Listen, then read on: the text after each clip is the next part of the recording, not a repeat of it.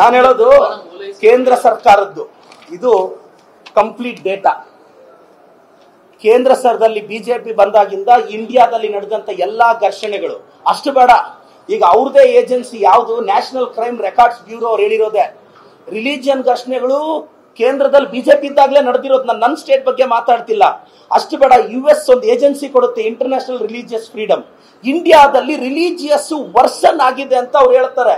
ನಮ್ಮ ಇಂಡೆಕ್ಸ್ ಅಲ್ಲಿ ನಮ್ಮ ರ್ಯಾಂಕ್ ಕೆಳಗೆ ಬೀಳ್ತಿದೆ. ಒಂದ್ 2-3 ಧರ್ಮಗಳನ್ನ ಟಾರ್ಗೆಟ್ ಮಾಡ್ತಿದ್ದಾರೆ. ನಾನು ಹೇಳೋದು ಬಿಜೆಪಿ ಅವ್ರಿಗೆ, ರೀ ನಾನು ಶ್ರೀರಾಮಚಂದ್ರ ನನ್ನ ಆರಾಧ್ಯ ದೈವ ರೀ, ದುರ್ಗಾ ಮಹೇಶ್ವರಿಯನ್ನ ನಾನು ಆರಾಧಿಸ್ತೀನಿ ರೀ, ನಾನೊಬ್ಬ ಪ್ರೌಡ್ ಹಿಂದೂ ರೀ, ಹಿಂದೂ ಧರ್ಮನ ಆರಾಧಿಸ್ತೀನಿ, ಇಸ್ಲಾಂ ಧರ್ಮವನ್ನ ಕ್ರಿಶ್ಚಿಯನ್ ಧರ್ಮವನ್ನ ಗೌರವಿಸ್ತೀನಿ. ನೀವು ಡೋಂಗಿ ಹಿಂದೂಗಳು ಇಸ್ಲಾಂ ಧರ್ಮನ ಕ್ರಿಶ್ಚಿಯನ್ ಧರ್ಮನ ಹಿಂಗಿದ್ರೆ, ನಾನೊಬ್ಬ ಸಾಮಾಜಿಕ ಜವಾಬ್ದಾರಿ ಇರೋ MLA ಆಗಿ ಮೈನಾರಿಟೀಸ್ ಪರವಾಗಿ ಧ್ವನಿ ಎತ್ತೀನಿ.